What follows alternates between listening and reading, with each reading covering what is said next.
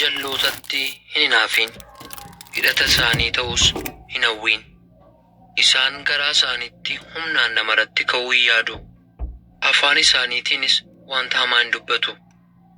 Manni ogummaadhaan ijaarama, hubannaadhaanis jabeeffamee hin dhaabama. Beekumsaan kutaawwan manichaa wanta gati jabeessaaf badhaadhummaa nama gammachiisu hundumaan hin guuta. Namni ogeessi nama jabaa caalaa aangoo qaba. Namni beekaanis nama humna qabu irra hin caala. Ati gaggeessaa ogummaatiin lolaaf hin baata. Baay'ina gorsitootaanis mo'ichan argatta. Nama gowwaadhaaf ogummaan baay'ee ol fagoodha. Karra kellaa walga'ii keessattis afaan isaa hin saaqqatu. Namni wanta hamaa gochuudhaaf malu hamtuu goote hin jedhama. Akeeki gowwummaa cubbuudha. Namoonnis geeftuu hin ciigga'u.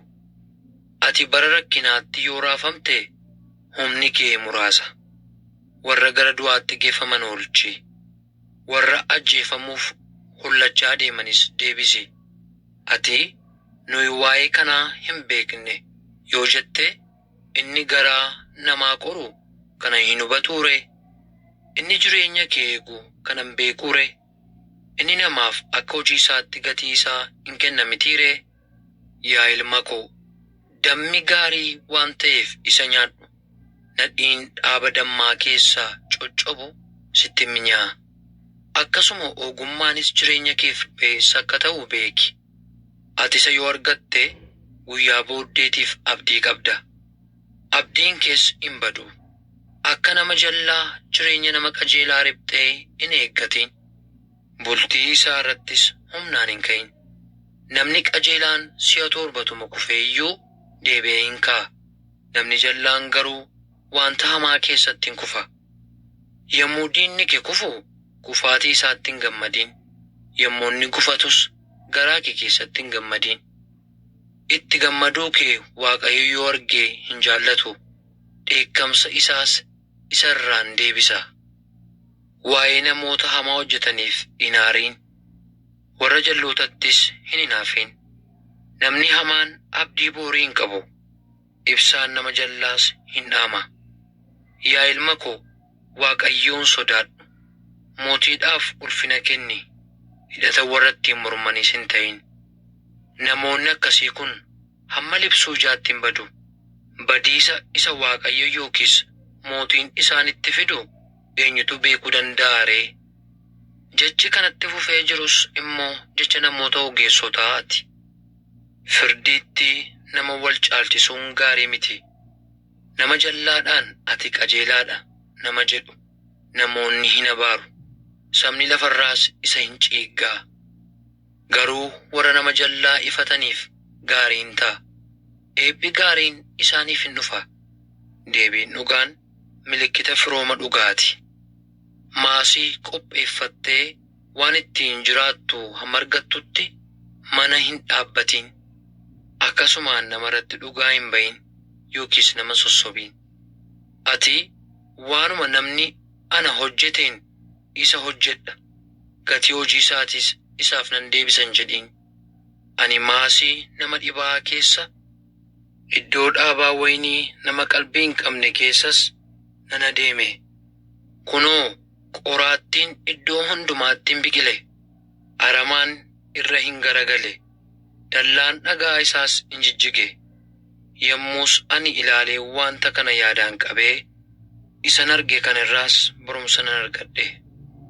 Rafuudhaaf harka kee walirra hin qaxxaamursita. Yeroo muraasa mugda, yeroo xinnoo ishee sirrafta.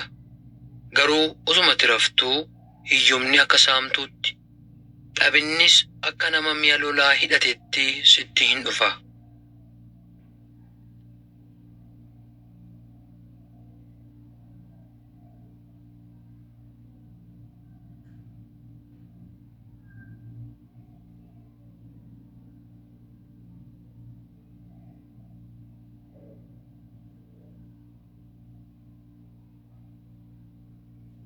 Macaafa fakkeenyaa boqonnaa 25. Solomoon ittuma dabalee fakkeenyaan dubbachuu isaa. Isaan kunis immoo fakkeenyota Solomoon isa namoonni Hisqiyaas mootii Yihuudaa caaffata irraa garagalfatanidha. Waa dhoksuun ulfina Waaqayyooti. Dubbii qorachuun ulfina moototaati. Akkuma ol fageenyi bantii Waaqaa gad fageenyi lafaas qoramuu hin dandeenye, akkasuma yaadni mootii qoramuu hin danda'u. Inni meetii irraa mi'a hojjetu, meetii qullaa akka qabaatutti, ati meeticha baqsii udaan isaa gati. Teessoon mootii qajeelummaadhaan cimee haa dhaabatuuti. Gorsitoota hamoota mootii irraa dhowwi. Mootii duratti ol of hin qabin, nama guddaas of hin fakkeessin. Mootichi guddaa biyyaa duratti iddoo gara gadii dhaqi siin jechuu isaarra as ol kottu siin jechuu isaa wayya. Wanta tokko ijuma keetiin argiteef hariifattee gara yaa'iitti hin fidiin. Namni dubbii isaa caalchisee keessa beeku yoo si sobsiise dhuma irratti maal goota ree? Namatti waan falmitu yoo qabaatte namichumatti falmadhu malee dhoksaa nama kan biraa hin mul'isin. Kanaa achis namni kana dhaga'u si hin qaanessa. Maqaa kee balleessus gonkumaa hin dhiisu. Dubbiin yeroo isatti dubbatamu akka killa hudha qabuu isa meetiidhaaf warqee itti naqanii miidhagsaniiti. Ifanni ogeessi nama isa dhaga'u ifatu akka martii gurraa isa warqee irraa hojjetamuu fi akka mi'a miidhaginaa isa warqee bayeessa irraa tolfamuuti. Bishaan cabbiidhaan diilallaa'ee yeroo makariitti akkuma garaa namaa qabbaneessu, ergamaa amanamaanis akkasuma nama isa ergatu garaa hin ciibsa. Namni wanta hin kennineen of jaju akka duumessaaf qilleensa isa bokkaa of keessaa hin qabneeti. Namni obsa qabeessi bulchaa biyyaa garaan laaffifata. Namni arraba toles lafee namaa hin cabsa. Damma yoo argatte akka inni sitti baay'atee sin balaqqamsiifnetti hamma si ga'u duwwaa nyaadhu. Namni sin uffee akka sin jibbinetti amma ammaa mana namaa hin dhaqin. Namni namarratti sobaan dhugaa ba'u akka bokkuu yookiis billaa yookiis xiyya qaramaati.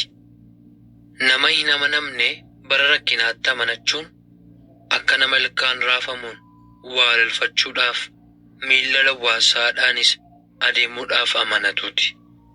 Nama garaan isaa gadde faarfachuun akka waan guyyaa dhaamochaa uffata isaa isa irraa fuudhaniiti. Akka waan soogidda madaatti naqaniitis. Diinni kee yoo beela'e buddeena inni nyaatu, yoo dheebootis bishaan inni dhugu kenniif. Kana gochuu keetiin immoo gaabbee akka hiyyeelloo hin goota. Waaqayyos gatii keesiif hin deebisa. Qilleensi gara bitaa akkuma bokkaa fidu jetteen ija dheekkamsaatiin nama laaluu hin fida. Haadha manaa qoccoltuu wajjin mana tokko keessa taa'uu irra golee bantii manaa irra taa'uu wayya. Oduu gaarii biyya fagoodhaa dhufu dhaga'uun akkuma nama dheebotee bishaan diilallaa dhuguuti. Namni qajeelaan nama jallaa duratti kufuun akka burqaa booree yookiis akka bishaan boollaa isa xuriin isaa ijaan ilaaluu nama jibbisiisuuti. Damma baay'isanii nyaachuun gaarii miti. Ulfina mataa ofii barbaaduunis ulfina miti. Namni of qabuu hin dandeenye akka mandara dallaawwan isaa jijjiganiiti.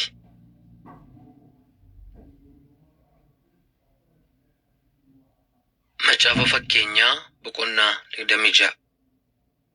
Solomoon fakkeenyaan dubbachuu ittuma fufuu isaa.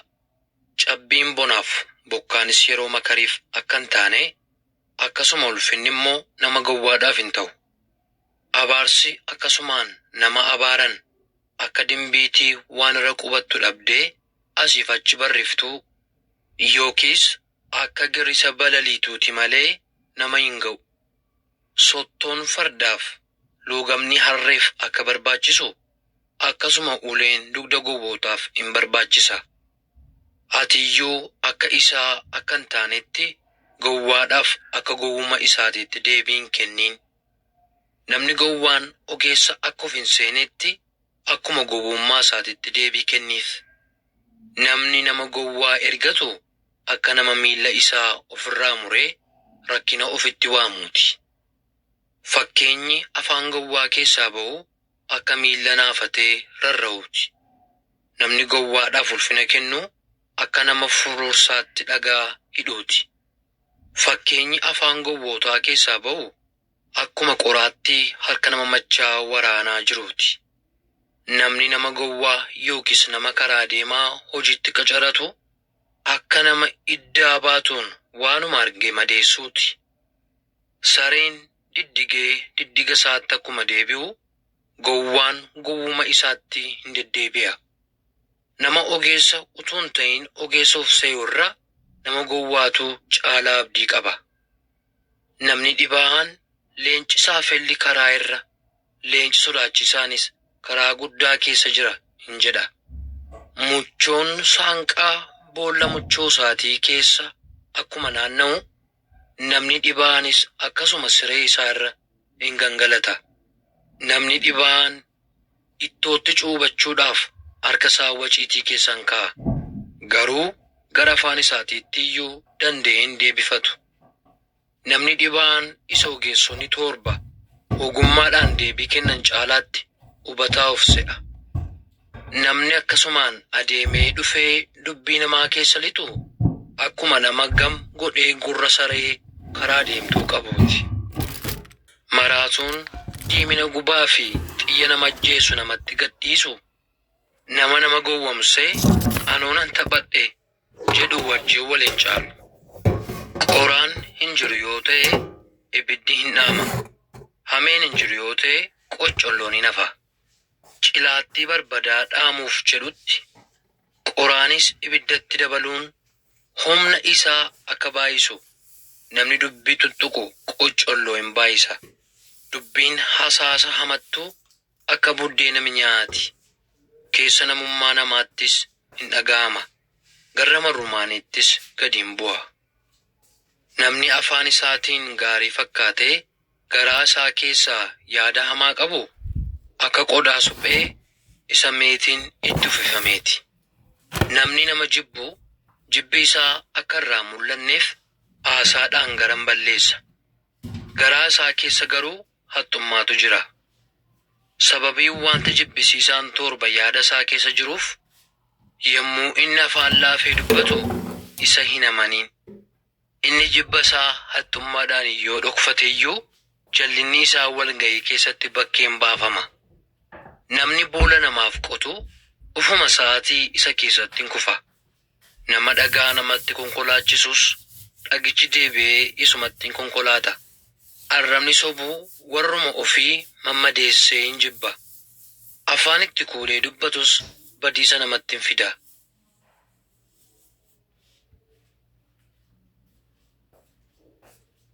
Macaafa fakkeenyaa boqonnaa 27.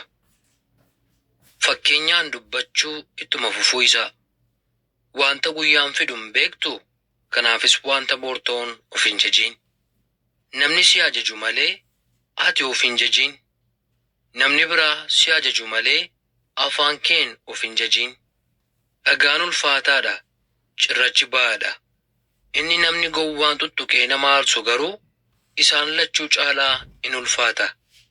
Dheekkamsi akka gara jabinaatti, haariin akka lolaatti guutee namarra hin dhangala'a. Caalaatti garuu hinaaffaa dura eenyutu dhaabachuu danda'a? Isa dhoksaatti nama jaallatu irra isa mulinatti nama ifatu wayya. Dhungachuu diinaarra rukutee madeessu nama jaallatu wayya. Namni quufee damma hin balfa. Nama beelaatti garuu wanti hadhaan iyyuu hin minyaa'a. Namni mana isaa irraa kaate akka simbira manni irraa kaateeti. Dibanniif urgooftuun akkuma nama gammachiisan akkasuma gorsi firaa inni dhugaan garaa nama hin ciibsa. Michuu keef michuu abbaa keetii hin dhiisin. Yeroo rakkina keetiitti mana obboleessa keetii hin naqin. Obboleessa fagoo jiru irra ollaa dhiyoo jiru wayyaa. Yaa ilma koo, nama ana arrabsuuf deebii kennuu akkan danda'utti ati ogeessa ta'e garaana ciibsi. Namni hubataan wanta hamaa argee jalaan dhokata. Wallaalaan garuu ittiin adeema, hin adabamas. Wayyaa nama ormaaf wabii darbu qabsiisa fudhadhu. Qooda namicha hin beekamne sanaa wayyaa isaa qabsiisa godhii fudhadhu. Namni ganama oboroo ka'ee sagalee guddaadhaan nama yoo eebbise eebbisuun abaarsa ittiin fakkaata. Haati manaa qoccoltuun akka mana guyyaa bokkaan roobu dhimmisaa ooluuti. Ishee ittisuun akka nama qilleensa ittisuu yookiis akka nama dhadhaa ejersaa qabuuf yaaluuti. Sibiilli sibiila hin qara. Namnis nama biratti hin qarama. Namni muka harbuu dhaabu ija isaa nyaata. Namni gooftaa isaa eegu ulfinan argata. Bishaan nama isa keessa ilaale akkuma mul'isu akkasuma yaani